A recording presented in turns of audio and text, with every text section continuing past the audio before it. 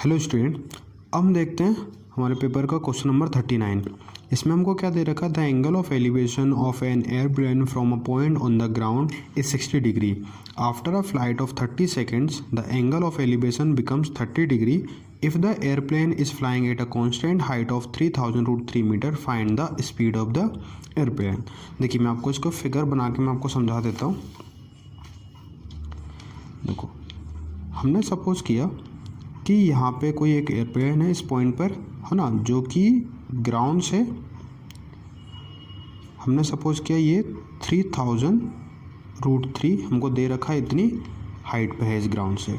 ठीक है, जो कि क्या कर रहा है, ग्राउंड के साथ में एंगल ऑफ एलिवेशन कितना बना रहा है, 60 डिग्री का। ठीक है, अब क्या हो गया, ये कितने सेकेंड हमको दे रखा है, 30 सेकेंड। आफ्टर 30 सेकेंड फ्लाई होने के बाद में, उड़ने के बाद में, जो एंगल ऑफ एलिवेशन है हमारा वो कितना में चेंज हो जाता है ना। ये एंगल जो एलिवेशन है वो कितना हो जाता है वापस फिर 30 डिग्री। ठीक है, तो आपको क्या करना है, इस एयरप्लेन की स्पीड फाइंड करनी है।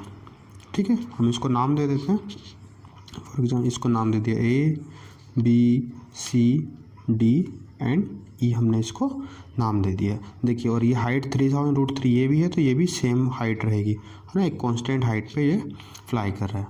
अब देखिए, तो सबसे पहले हम क्या कर लेते हैं, क्योंकि ये डिस्टेंस ने कितनी कवर की, यहाँ से लेके यहाँ तक, यानी कि इतनी डिस्टेंस कवर की, तो सबसे पहले तो हम BC फाइंड करते हैं यहाँ से।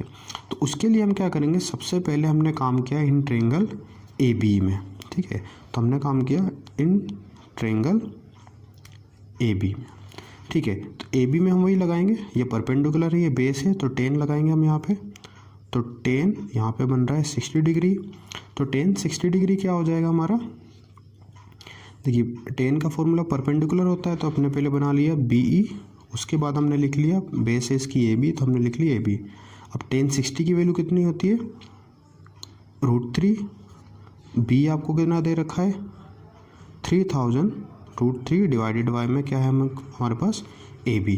तो AB यहाँ जाएगा और ये यहाँ चला जाएगा, डिवाइड में है तो AB इक्वल टू हमारे पास आ गया 3000√3 डिवाइडेड बाय √3। तो √3 से √3 कैंसिल, यानी कि जो AB की लेंथ हो गई वो हमारे पास कितनी हो गई, 3000 मीटर। ठीक है, तो ये तो हो गई हमारी AB की लेंथ। अब हम काम करते हैं ट्रायंगल ADC में।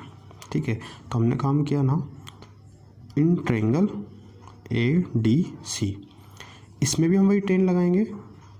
तो 10 यहाँ पे कितना लगेगा,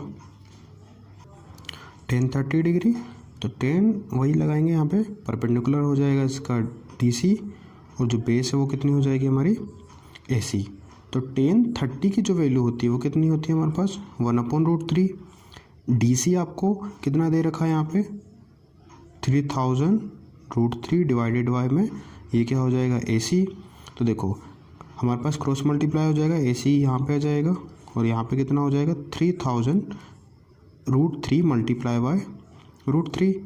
तो इसका जब मल्टीप्लाई होगा तो रूट से रूट कैंसिल, तो 3 बचेगा, तो 3000 मल्टीप्लाई बाय 3, इट मीन्स आपका आंसर कितना हो जाएगा, 9000 मीटर। ये आ गई हमारी AC की लेंथ। देखो, अब हमको क्या AB भी मालूम है और AC मालूम है, तो BC निकाल सकते हैं हम डायरेक्टली। हम क्या करेंगे, AC में से AB को माइनस कर देंगे। तो हमने क्या किया, सबसे पहले अब हम निकाल रहे हैं BC। तो BC के लिए क्या हो जाएगा, AC में से AB को माइनस कर देंगे, है ना। तो हमारे पास हो जाएगी, AC आ गई हमारे पास 9000 और AB आ चुकी है हमारे पास 3000, है ना, हमने ऊपर निकाल चुके हैं अभी। तो ये कितना हो जाएगा हमारे पास, टोटल माइनस करने के बाद में 9 में से 3 हो गया, ये बचा हमारे पास 6000 मीटर। देखिए, तो ये आ गई हमारे पास BC की लेंथ, कितनी हो गई हमारे पास 6000।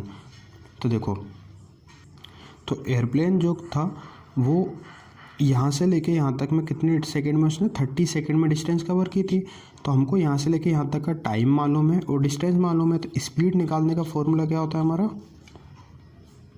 है ना। सो स्पीड कितनी हो जाएगी हमारे पास, डिस्टेंस अपॉन टाइम होता है।